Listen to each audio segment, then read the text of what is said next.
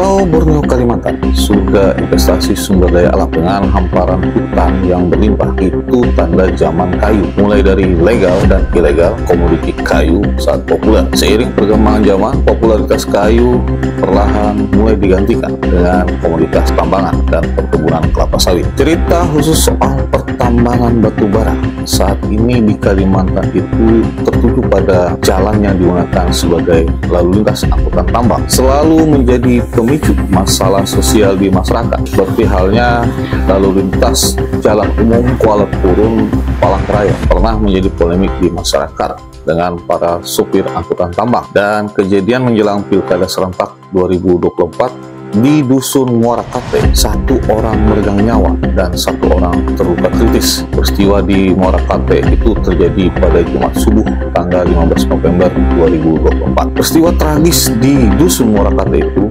apakah ada hubungannya dengan soal pertambangan? Walau saat ini polisi dan warga menyebut kejadian itu dilakukan oleh orang tidak dikenal, namun fakta peristiwa itu mengarah pada polemik tambang. Polemik yang dipicu penolakan warga atas aktivitas tambang menggunakan jalan umum yang telah diketahui sampai pada pemerintah daerah Kabupaten Pasir. Dan atas kejadian itulah banyak pihak mendesak polisi, aparat penegak hukum segera mengusut dan mengungkap peristiwa di Dusun Muara Kate itu tidak hanya sebatas dengan sebutan delik penganiayaan atau delik pembunuhan, tetapi mengungkap tabir apakah peristiwa di Dusun Muara Kate itu merupakan gaya premanisme di dunia pertambangan. Tujuannya memunculkan ketakutan di masyarakat hingga publik bertanya, di mana polisi dan pemerintah? Dan sejatinya lagi, di manakah wahai engkau negara hukum? Sungguh sial menjadi rakyat kecil. Jalan umum digunakan untuk kegiatan pertambangan. Jalan umum itu rusak, berbahaya bagi masyarakat pengguna jalan dan lalu lintas yang padat merayap